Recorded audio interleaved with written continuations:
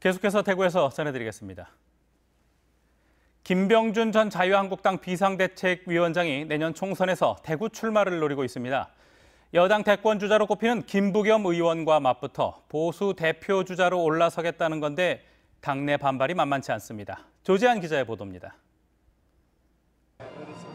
지난 7월 대구에서 김병준 전 자유한국당 비대위원장 지지 모임이 출범했습니다. 그 뒤로도 김 전 위원장은 대구에서 잇따라 특강을 하고 사실상 출정식이 될 출판 기념회도 준비하고 있습니다. 민주당 김부겸 의원이 버티고 있는 수성구 갑을 발판으로 대권까지 염두에 두고 있습니다. 보수 정치의 중심이 이 대구인데 대구에서 저뿐만 아니라 여러 사람이 최소한 몇 사람의 지도자군들이 좀 등장을 해줘야지. 중진들이 험지인 수도권에 출마하라는 이딴 당내의 요구가 변수가 될 전망입니다. 나경원 원내대표를 시작으로 김태흠 의원, 초선 의원들까지 중진들의 험지 출마 요구에 합세했습니다. 국지전에서 승리가 아닌 당과 국가를 구하는 수도권과 같은 전략적 요충지에서 승전보를 전해주시길 촉구합니다. 이러한 요구에 김 전 위원장은 대구를 고집하지는 않겠지만 당 지도부 역량 부족으로 벌어지는 일이라며 지도부를 겨냥했습니다. 지도부는 지금 선거에 대한 아무런 지금 그림이 없어요. 없는 상태에서 이제 도처에서 이제 여기저기서 특히 이제 뭐 수도권 의원들은 사실은 급하니까 지도부는 오히려 그런 데 대해서 좀 정리를 해줘야 되는데. 최근 불거진 보수통합 논의와 선거제 개편에 따라 선거 구도가 크게 바뀔 수 있어 김병준 전 위원장의 대구와 수도권 출마 저울질은 당분간 계속될 것으로 보입니다. MBC 뉴스 조재환입니다. 대구 최초의 공동주택 동인 시형 아파트가 내년이면 역사 속으로 사라집니다. 재개발이 확정되면서 곧 이주와 철거가 시작되기 때문인데요. 지역 예술가들이 이 공간을 기억하자며 색다른 프로젝트를 시도해 눈길을 끌고 있습니다. 손은민 기자가 전해드립니다.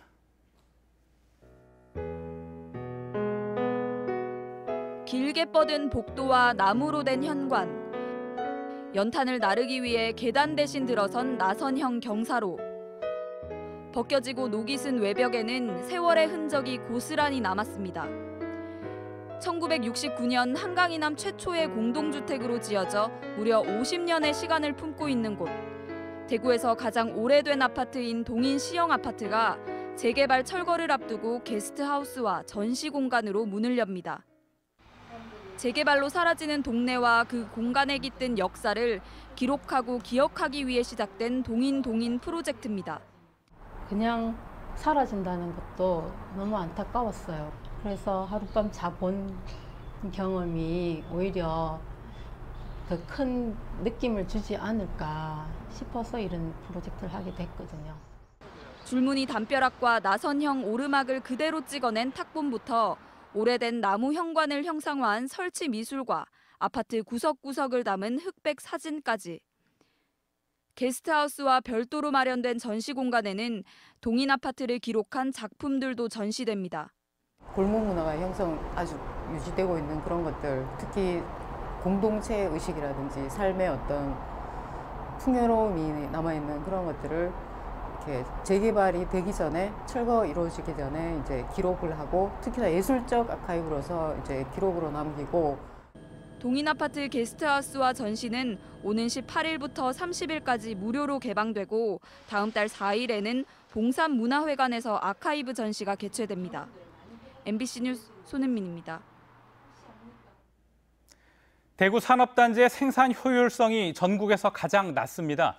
뒤집이 경영연구소에 따르면 지난해 대구 산업단지의 투자 대비 산출량을 의미하는 생산 효율성은 0.258로 전국 평균 0.419에 비해 60% 수준이고 전국 광역 시도 가운데 가장 낮습니다. 가동업체당 평균 수출액은 7억여 원으로 전국 평균 44억 2천여만 원에 16%에 그쳤습니다. 노동자 1인당 평균 생산액도 2억 3천여만 원으로 전국 평균 4억 8천여만 원의 절반에도 미치지 못했습니다. 대구 사회서비스원에서 부당해고와 직장 내 괴롭힘이 있었다는 주장이 제기됐습니다.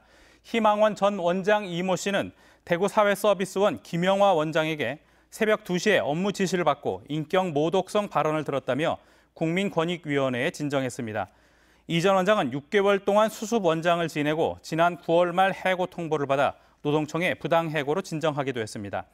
지난 7일 대구시 의회 행정사무감사에서도 이에 관한 질타가 쏟아졌는데 김 원장은 부당해고가 아닌 정상적인 수습 만료이며 직장 내 괴롭힘은 일방적인 주장이라고 해명했습니다. 대구지법 제11형사부 김상윤 부장판사는 아내를 못 집에 가둔 혐의로 기소된 50살 A씨에게 징역 8개월에 집행유예 2년을 선고했습니다. A씨는 지난 4월 아내의 외도를 의심해 포장용 테이프로 발목과 양손을 묶고 입에 테이프를 붙여 가둔 혐의로 재판에 넘겨졌습니다. 재판부는 죄가 가볍지 않지만 피고인이 공소 사실을 모두 인정하고 피해자가 처벌을 원하지 않는 점을 고려했다고 밝혔습니다. 오는 14일 치러지는 대입 수능 시험을 앞두고 울릉도 수험생들이 일찌감치 포항에 도착해 시험 준비에 들어갔습니다.